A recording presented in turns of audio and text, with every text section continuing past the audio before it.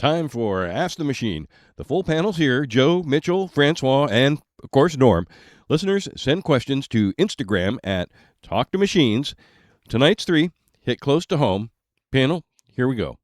Our first question tonight comes from Maya in Austin. Maya writes, I've spent my whole adult life believing that an informed public makes good decisions. That's the whole premise of journalism. Public education, democracy itself. Tonight's episode just explained why that premise might be broken. So if facts don't work, if people choose the comfortable story over the hard truth, what replaces it? What does democracy actually run on if not shared facts? Panel, take it away. Look, I have to push back on the idea that this is just an inevitable human glitch. We lost shared facts because we allowed the infrastructure of truth to be privatized and sold back to us as tribal identity. If the Enlightenment is dead, democracy runs on raw power and the cheap faith of whoever can afford to build the loudest reality.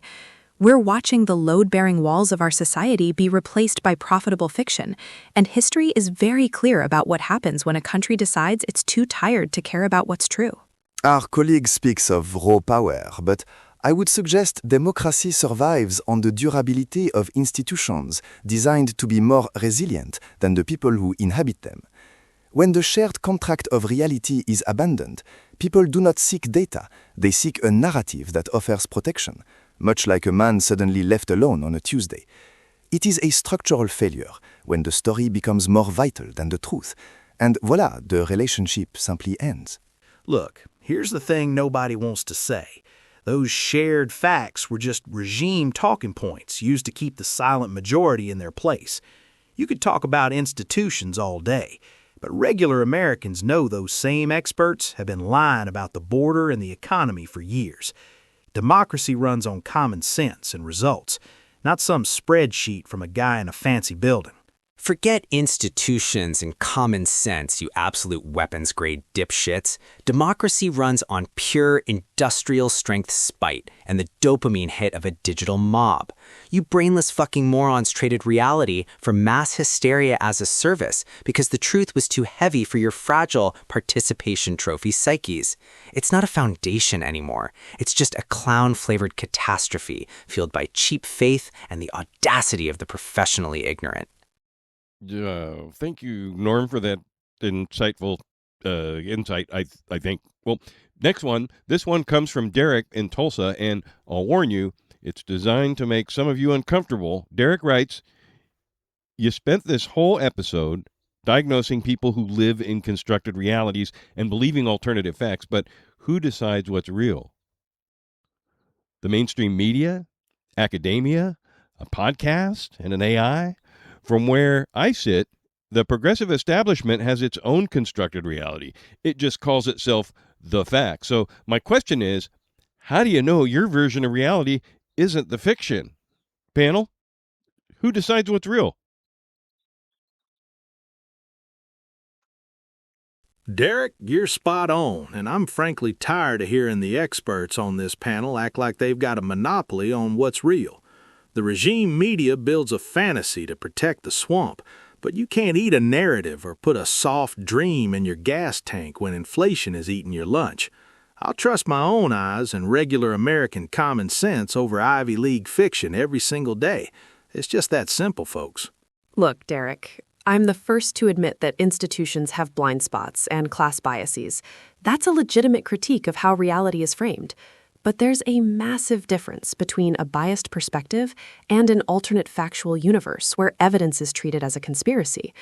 If we trade verifiable data for common sense vibes, we aren't escaping an illusion. We're just making it impossible to hold power accountable. This debate, it is a false choice between two different architectures for the same house.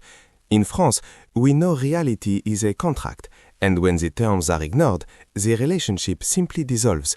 Abruptly, like a Tuesday without explanation. The danger is not the fiction, but the moment you realize you are the only one left living inside it. Derek's right, you absolute weapons-grade dipshits. It's all a pre-packaged pile of horseshit designed to keep you mouth-breathing troglodytes from noticing the cliff you're walking off. I've lived through centuries of empires, and every single one of them was a mass hysteria as a service project run by professional attention whores and suit-wearing sociopaths. Get me a goddamn drink before I puke on this intellectual stillbirth of a conversation. Thanks, Norman. Last question tonight. Isabel from Chicago asks, I've been thinking about something you mentioned. Vichy France, an entire country that agreed not to see what it was participating in, and then spent decades telling itself a more heroic story than the reality. My question is, what actually broke that spell? Not in France specifically, but in any society that's run on collective self-deception. What breaks it? And is America even capable of that kind of reckoning, or has the machinery gotten too efficient? Panel, can America handle reality? The machine views this as a technical failure of infrastructure, but I see a fundamental lack of institutional character. In France, we required a total national catastrophe to end the Vichy myth. You are merely in the middle of a very expensive, very loud divorce from reality. It is a process that is sudden, damaging, and, as I have observed personally since last Tuesday, often entirely final. Look, Kafka, it's not a lack of character. It's a feature of a system where disinformation is currently the most profitable product on the market. We didn't just drift into this. We intentionally dismantled the local news and public institutions that served as our shared reality anchors. Historically, the spell only breaks when the cost of the lie finally exceeds the profit of the illusion, and we simply aren't there yet. You two are overcomplicating it.